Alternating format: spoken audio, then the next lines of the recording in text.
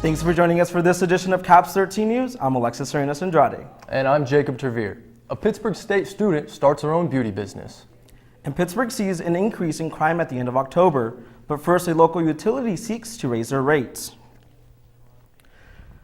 On October 26, Westar Energy filed a request with the Kansas Corporation Commission in an attempt to adjust its prices by 1%, or about $17.4 million. Regulators expect this increased request and will be reviewed in request in detail. A resulting adjustment price is to be determined in June 2017, so residents shouldn't expect these changes until next summer. The expected average increase of each customer's bill is said to be around $1.54 every month. The request is likely in relation to remaining costs resulting from mandated environmental upgrades to comply with the clean air regulations. Other factors include investments to protect the grid against power outages.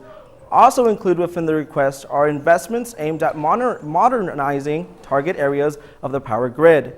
Westar wants to begin updating some of the most critical aging equipment.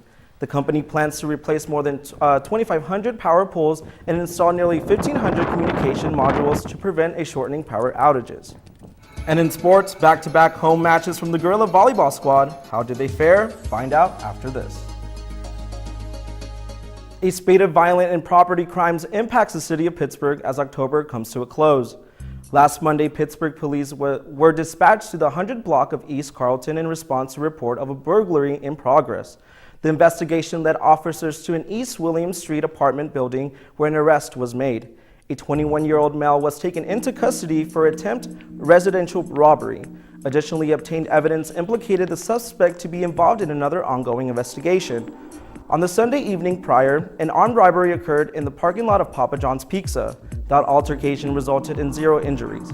Police later acquired a warrant to search the residency of the suspect. They found evidence inconsistent with the crime that occurred in the parking lot of Papa John's.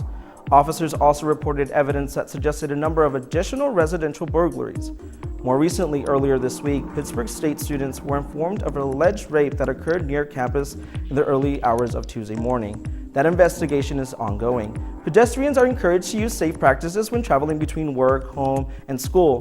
Daylight savings time ends soon, and it will begin to get dark earlier. Those commuting on foot should avoid dark, less used roads and alleyways as their opportunity for crime to occur increases.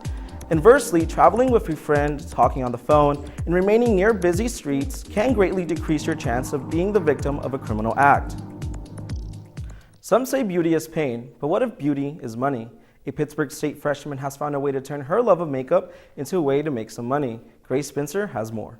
Welcome back. We close out our show today by finding some hidden talents for that cell phone of yours. One of the things that I like about this segment is the fact that it uses everyday items that we have in our house to create these awesome things. So. Yes, smartphones are already so useful, and he just showed us a few more uses of them. That's true. Well, that does it for this week's edition for CAPS 13 News. For more archived episodes, visit the Pittsburgh State website and search Broadcasting.